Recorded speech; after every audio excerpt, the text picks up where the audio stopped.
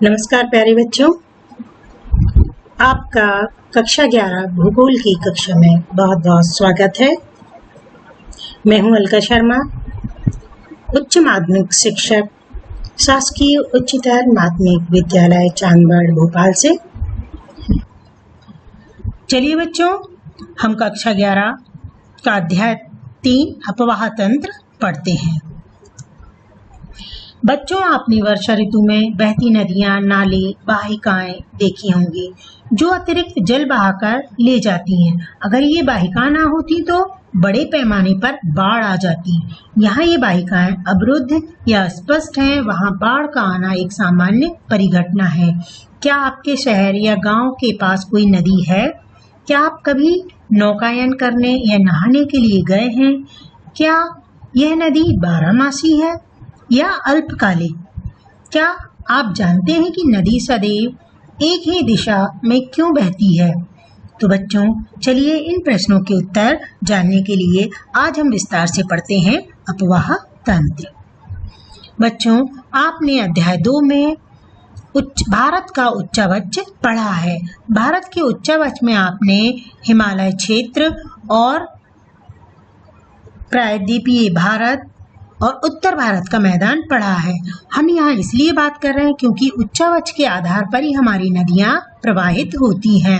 हम देख रहे हैं हिमालय में मुख्य रूप से 3 प्रमुख नदियाँ बहती हैं। सिंधु नदी और उसकी सहायक नदी जो अपना एक अपवाह तंत्र का निर्माण करती हैं। गंगा नदी एवं उसकी सहायक नदियाँ एक नदी तंत्र है और एक है हमारा ब्रह्मपुत्र, उसकी सहायक नदियाँ। तो बच्चों, आज हम उत्तर भारत की नदियों के अपवाह तंत्र को ही विस्तार से पढ़ेंगे और उनके प्रतिरूपों को जानेंगे। इससे पूर्व हम विषय सूची को जान लेते हैं। सबसे पहले शब्दावली, अपवाह तंत्र का परिचय, अपवाह प्रतिरूप के प्रकार, भारतीय अपवाह तंत्र का वर्गीकरण, भारत की अपवाह तंत्र, हिमालय पर्वतीय अपवाह तंत्र का विकास और हिमालय अपवाह तंत्र की नदियाँ। बच्चों, आप ये मानचित्र देख पा रहे हैं। इसमें भारत की प्रमुख नदियां और एक जल विभाजक रेखा को दर्शाया गया है। अब ये जल विभाजक रेखा कौन सी है तो आप यहाँ बहुत ध्यान से जान लें। ये जो मुख्य रूप से बीच में जो लाइन आड़ी तिरछी लाइन जा रही है, ये हमारे भारत की जल विभाजक रेखा मानी गई है, जो पश्चिमी तट के किनारे होती हुई दक्षिण तक जाती है, अर्थात उत्तर से लेकर दक्षिण तक जाती है। इसके पश्चिम वाले भाग में की नदियां जैसे सिंधु नदी और हमारी नर्मदा और ताप्ती नदियां अरब सागर में आकर मिलती हैं। तो ये एक अपवाह तंत्र का निर्माण होता है यहाँ पर, अरब सागर में गिरने वाली नदियाँ। और दूसरा है हमारा बंगाल की खाड़ी में गिरने वाली नदियाँ। बंगाल की खाड़ी में हमारी मुख्य रूप से गंगा नदी अपवाह तंत्र और ब्रह्मपुत्र नदी अपवाह तंत्र, साथ ही दक्षिण भारत की नदियां या प्रायद्वीपीय नदियां गोदावरी, कृष्णा और कावेरी नदियों का अपवाह तंत्र आता है। तो ये हमारा मुख्य रूप से जल विभाजक क्षेत्र है, 2 आधार पर, अरब सागर और बंगाल की खाड़ी के आधार पर। अब बच्चों, जान लेते हैं अपवाह तंत्र क्या है। तो आप कुछ हद तक समझ ही गए होंगे। हाँ, मुख्य नदी के साथ सहायक नदियां के द्वारा जो जाल बिछता है उसी को हम अपवाह तंत्र कहते हैं। ये मुख्य रूप से बहुत सारे तत्वों द्वारा प्रभावित होता है। जैसे किसी भी क्षेत्र का अपवाह तंत्र वहाँ की भूवैज्ञानिक समयावधि, चट्टानों की प्रकृति एवं संरचना, स्थलाकृतिक ढाल, बहते जल की मात्रा और बहाव की अवधि से प्रभावित एवं नियंत्रित होता है। क्योंकि जिस प्रकार की चट्टानें होती हैं, अपवाह तंत्र उसी प्रकार का बनता है। मुलायम चट्टानों वाले क्षेत्र में अलग प्रकार की संरचना, कठोर चट्टानों में अलग। जल की मात्रा भी अधिक जल के द्वारा अपर्दन की क्रिया बहुत तीव्र गति से अधिक होती है और कम जल की मात्रा से ये गति कम हो जाती है। अतः निश्चित वाहिकाओं के माध्यम से हो रहे जल प्रवाह को ही हम अपवाह कहते हैं। कुछ शब्दावली हैं जिनको जान लेना आवश्यक है। जैसे सबसे पहले जल ग्रहण, तो एक नदी विशिष्ट क्षेत्र से अपना जल बहाकर लाती है, जिसे जल ग्रहण क्षेत्र कहा जाता है। अपवाह द्रोणी, एक नदी एवं उसकी सहायक नदियों द्वारा अपवाहित क्षेत्र को ही हम अपवाह द्रोणी कहते हैं। जल विभाजक एक अपवाह द्रोणी को दूसरे से अलग करने वाली सीमा को हम जल विभाजक कहते हैं। ऐसे ही जल संभर छोटी नदियों व नालों द्वारा प्रवाहित क्षेत्र को हम जल संभर कहते हैं। तो आप इन शब्दावली से परिचित हो गए होंगे। आगे हम पढ़ते हैं अपवाह तंत्र में वाहिका अर्थात नदियां, नाले, अन्य जल निकास तंत्र जिनमें वर्षा का जल बहते हुए किसी बड़ी झील, तालाब या सागर में चला जाता है, हम उन्हें नदियां कहते हैं या अपवाह कहते हैं। इन वाहिकाओं के जाल को यानी इन नदियों के जाल को ही हम अपवाह तंत्र कहते हैं। अपवाह तंत्र के द्वारा बहुत सारे प्रतिरूप बनते हैं जिन्हें हम अपवाह प्रतिरूप के रूप में जानते हैं। हम इन्हें मुख्य रूप से 4 भागों में विभाजित करते हैं, अर्थात इनके 4 प्रकार हैं। पहला है वृक्षाकार प्रतिरूप, आरी प्रतिरूप, जालीनुमा प्रतिरूप और अभिकेंद्रीय प्रतिरूप। चलिए बच्चों एक एक करके इनको हम समझ लेते हैं। वृक्षाकार, जैसा कि आप चित्र में देख पा रहे हैं, एक ये वृक्ष की टहनी के समान आकृति निर्मित होती है नदियों के माध्यम से, जिसमें एक प्रमुख नदी और उसकी सहायक अन्य नदियां आकर मिलती हैं। इस प्रकार की आकृति बनती है जो एक वृक्ष की टहनी के रूप में या शाखा के रूप में दिखाई देती है। तथा हम कह सकते हैं जो अपवाह प्रतिरूप पेड़ की शाखाओं के अनुरूप हो उसे हम वृक्षाकार प्रतिरूप कहते हैं। तो हमारे उत्तर भारत की नदियां इसी प्रकार की वृक्षाकार प्रतिरूप का निर्माण करती हैं। दूसरा हमारा आर्य प्रतिरूप, इसमें जब नदियां किसी पर्वत से निकलकर सभी दिशाओं में बहती है और उसे हम आर्य प्रतिरूप कहते हैं। अमरकंटक पर्वत श्रृंखला से निकलने वाली नदियां जैसे हमारी नर्मदा नदी इस प्रतिरूप का एक बहुत ही अच्छा उदाहरण है, क्योंकि ये एक सकरी घाटी में बहती है, इसलिए ये आर्य प्रतिरूप का निर्माण करती है। जालीनुमा प्रतिरूप यह बहुत ही सरल है। इसकी विशेषता है कि इसकी मुख्य नदी के साथ में सहायक नदियां समकोण पर काटती हैं। तो इसे हम कह सकते हैं जब मुख्य नदियां एक दूसरे के समानांतर बहती हों तथा सहायक नदियां उसे समकोण पर मिलाती हों तो उसे हम जालीनुमा प्रतिरूप कहते हैं। चौथा है हमारा अभिकेंद्रित। अभिकेंद्रित का मतलब होता है चारों ओर से एक केंद्र की ओर नदियों का आना या प्रवाहित होना।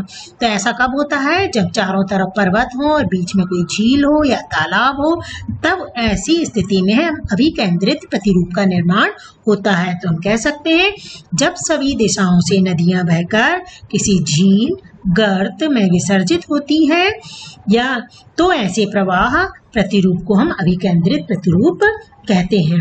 भारतीय अपवाह तंत्र का वर्गीकरण ये मुख्य रूप से 2 भागों में किया गया। पहले ही हम इस चित्र को एक बार और बता चुके हैं। भारतीय अपवाह तंत्र को हमने 2 भागों में, एक अरब सागर का अपवाह तंत्र और दूसरा बंगाल की खाड़ी का। ये समुद्र में जल मिलने या विसर्जित होने के आधार पर बांटा गया है।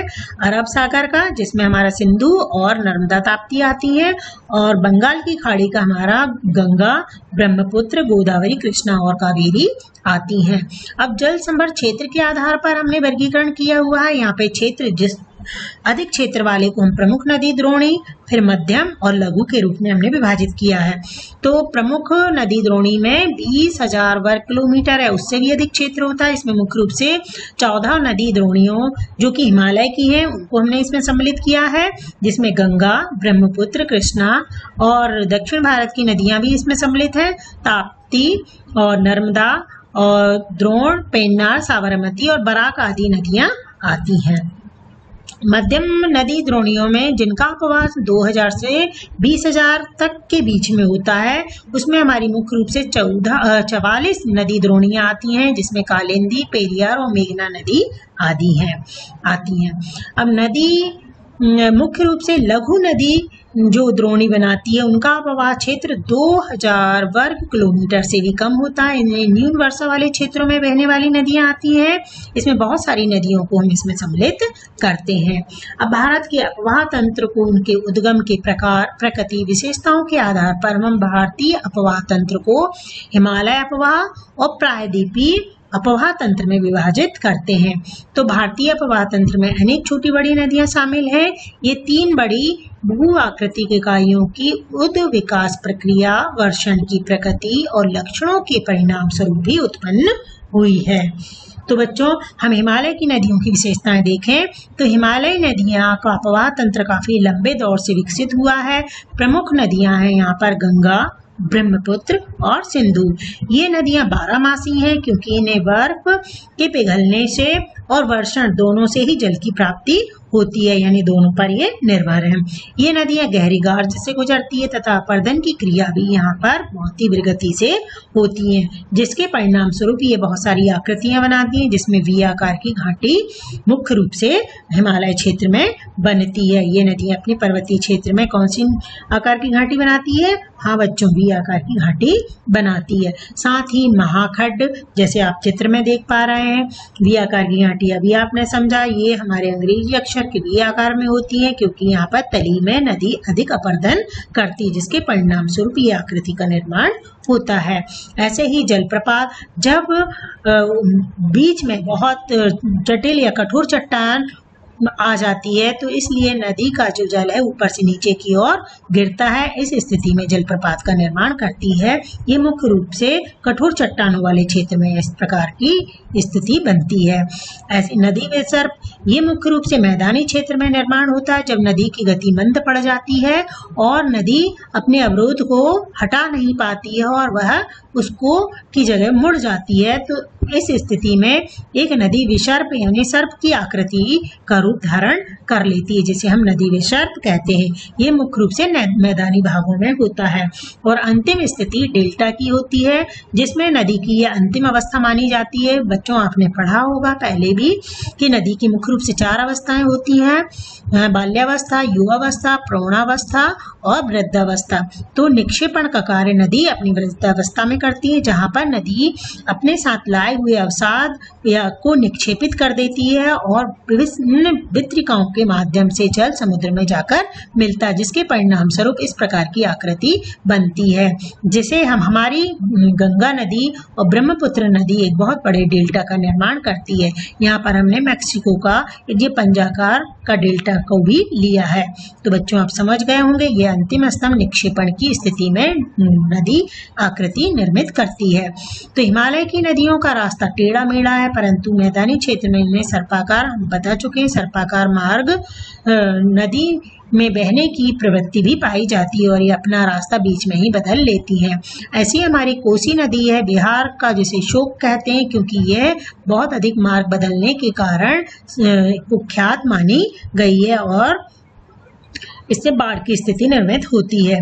हमारा गंगा और ब्रह्मपुत्र का नदी द्वारा बनाया हुआ डेल्टा विश्व का सबसे प्रसिद्ध डेल्टा है और सबसे तेजी से बढ़ने वाला डेल्टा में शामिल होता है। तो हिमालय पर्वतीय अपवाह तंत्र का विकास अगर हम देखें तो काफी पुराना है।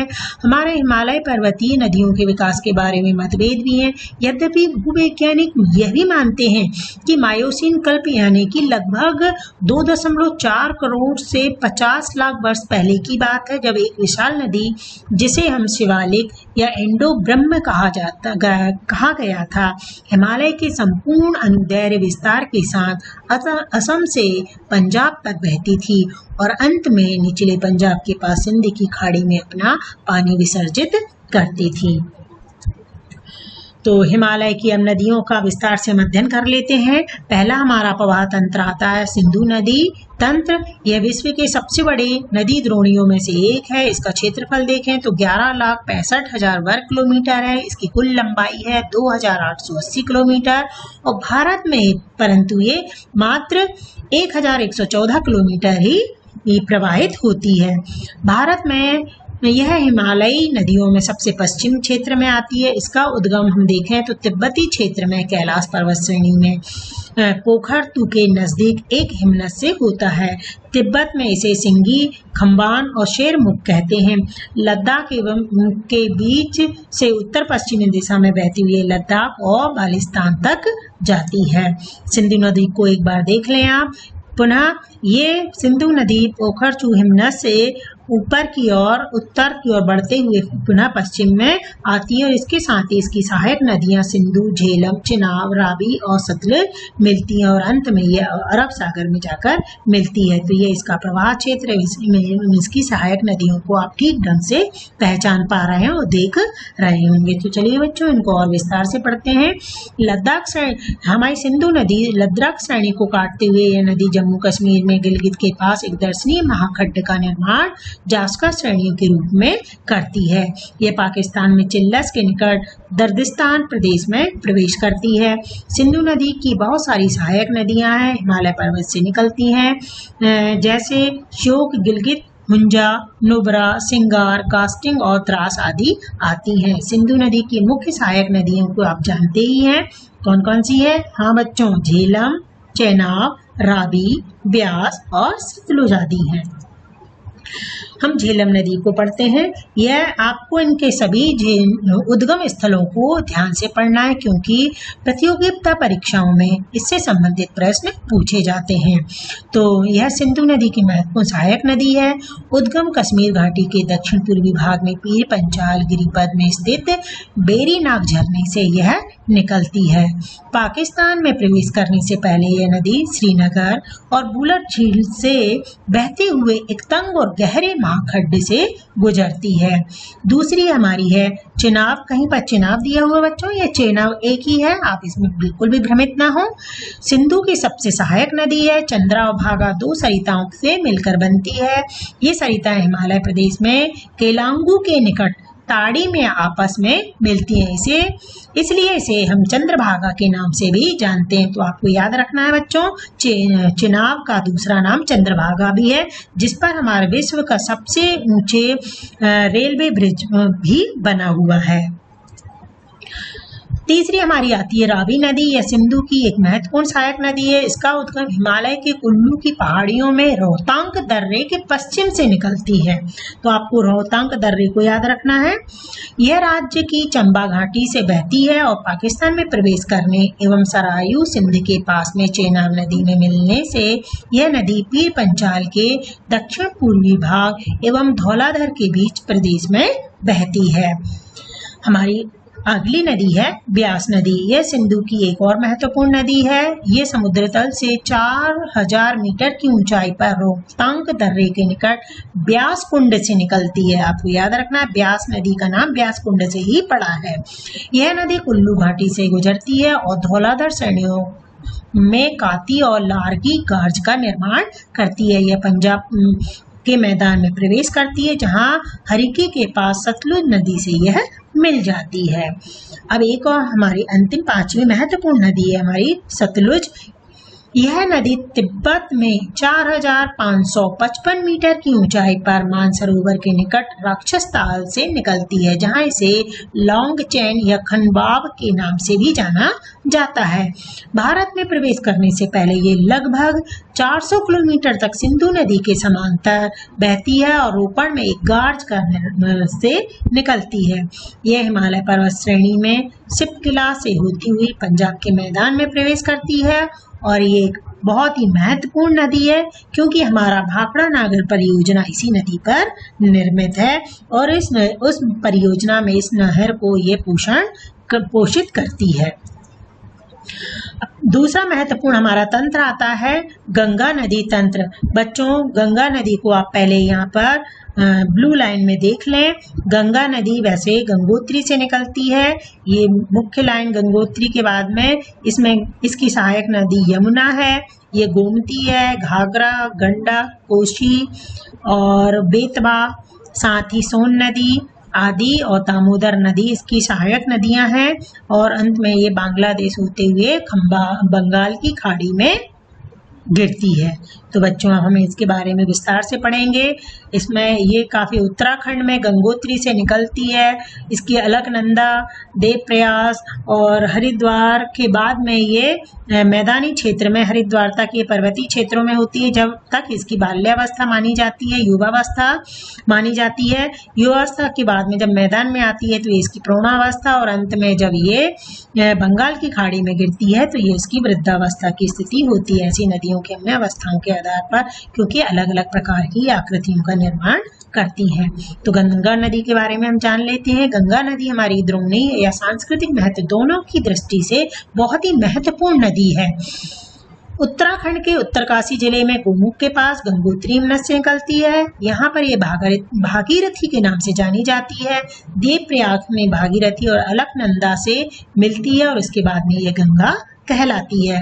गंगा नदी हरिद्वार में मैदान में प्रवेश करती है और हरिद्वार से दक्षिण की ओर फिर दक्षिण से पूर्व की ओर बहती हुई अंत में यह दक्षिण मुखी होकर दो धाराओं भागीरथी और हुगली में बट जाती है। बांग्लादेश में प्रवेश करने के बाद में इसका नाम पद्मा हो जाता है। तो हम गंगा नदी की सहायक नदियों को देख लेते हैं।